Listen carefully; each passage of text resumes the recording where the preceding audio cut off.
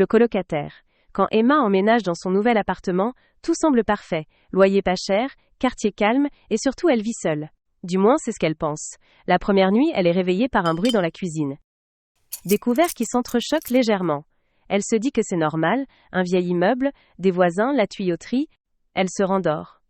Le lendemain matin, elle trouve un verre dans l'aile, évier. Elle est certaine de ne pas l'avoir utilisé. Elle hésite, puis oublie. Les jours passent, les bruits reviennent. Toujours vers 3 heures du matin. Des pas légers, une chaise qui grince, une porte qui claque doucement. Une nuit, elle décide de vérifier. Elle sort de sa chambre, allume la lumière. Rien. La cuisine est vide. Mais une chose a changé. Une chaise est tirée. Comme si quelqu'un venait de se lever.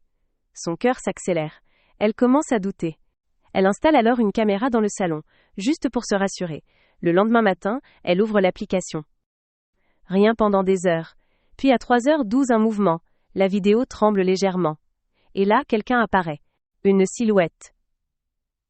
Floue. Immobile au milieu du salon. Emma arrête la vidéo, paniquée. Elle appelle la police. Ils viennent, inspectent l'appartement, rien. Aucune trace d'effraction, personne. Ils lui disent que c'est sûrement un bug. Une erreur de caméra. Mais Emma n'est pas convaincue. Le soir même, elle décide de ne pas dormir. Elle reste dans son lit, les yeux ouverts fixant la porte. 3h10 rien, 3h11, silence total. 3h12 la poignée de sa porte bouge lentement.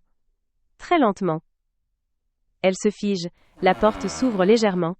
Et une voix murmure dans le noir. Tu aurais dû continuer à dormir ? N'hésite pas à abonner pour plus de contenu.